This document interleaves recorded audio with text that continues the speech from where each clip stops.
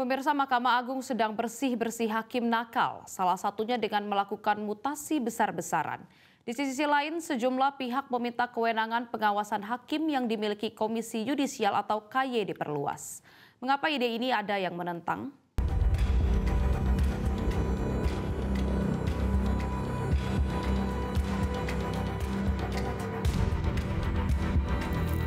Hari Selasa 22 April 2025 lalu, Mahkamah Agung menggelar rapat pimpinan untuk menyikapi berbagai kasus yang dilakukan para hakim.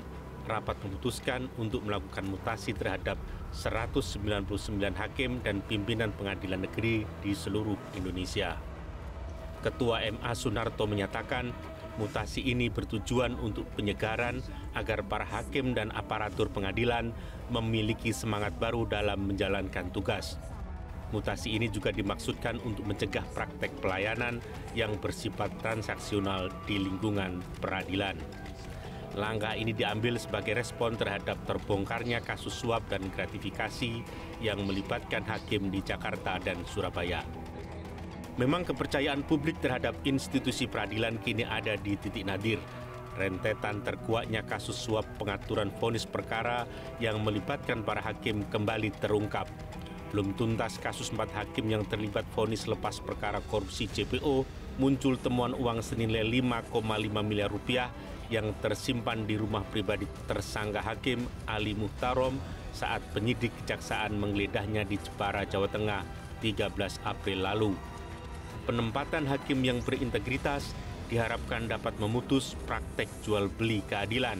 Rotasi ini menurut saya bukan jalan keluar satu-satunya untuk membersihkan di kalangan hakim bersih dari korupsi. Sebab yang saya takutkan seperti ini. Yang saya takutkan di rotasi hanya pindah saja, Mbak.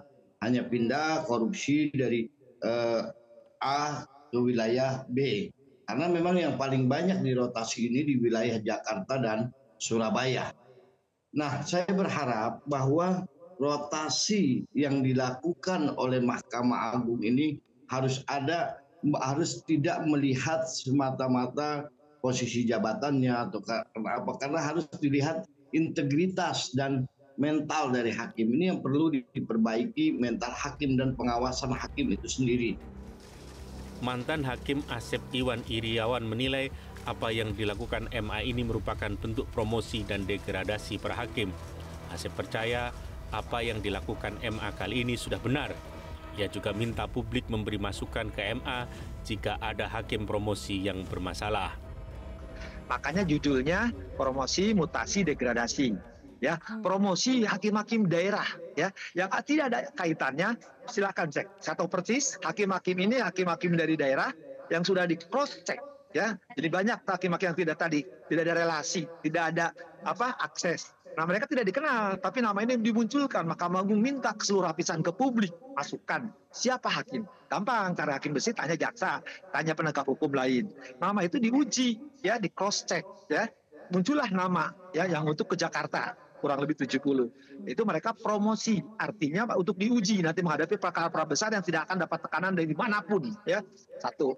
Yang kedua, mereka yang dari Jakarta ke bawah itu degradasi karena mereka tuyul-tuyul yang sebelumnya itu Jakarta, Surabaya ya, karena kanan kiri oke, titipan perkara dari pihak manapun saya tahu persis. Nah, mereka diturunkan. Jadi kita harus percaya kepada Mahkamah Agung. Masyarakat anti korupsi Indonesia maki menilai dunia kehakiman saat ini tidak baik-baik saja. Karena itu pengawasan hakim harus diperketat. Salah satunya adalah memperkuat posisi Komisi Yudisial sebagai pengawas eksternal. Indonesia tidak sedang baik-baik saja berarti gitu. Dan ini perlu langkah yang begitu dramatis istilah saya dalam bentuk ya pengawasan yang diperketat dalam bentuk Komisi Yudisial harus betul-betul diterima oleh Mahkamah Agung dengan tangan terbuka.